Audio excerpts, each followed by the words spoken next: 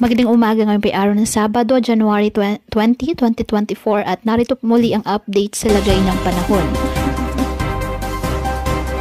Ayon sa Pag-asa, patuloy pa rin ngayon ang pag-iral ng amihan o northeast monsoon at nakakaapekto sa northern at central Luzon. Walang bagyo o low pressure area na minomonitor sa loob ng ating PAR na maaaring makaapekto sa ating bansa.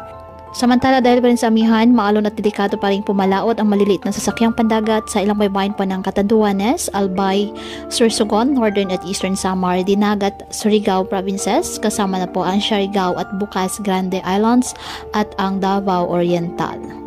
Ngayong araw, dahil sa amihan, asahan ang maulap na kalangitan.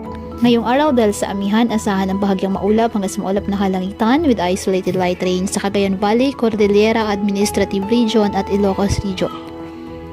Apektado naman po ng easterlies at ng mga localized thunderstorms ang nalalabing bahagi ng bansa, kasama na po ang Metro Manila. Kaya asahan pa rin ang generally fair weather condition, maliban na lamang sa bahagyang maulap hanggang sa maulap na kalangitan with isolated rain showers or thunderstorms.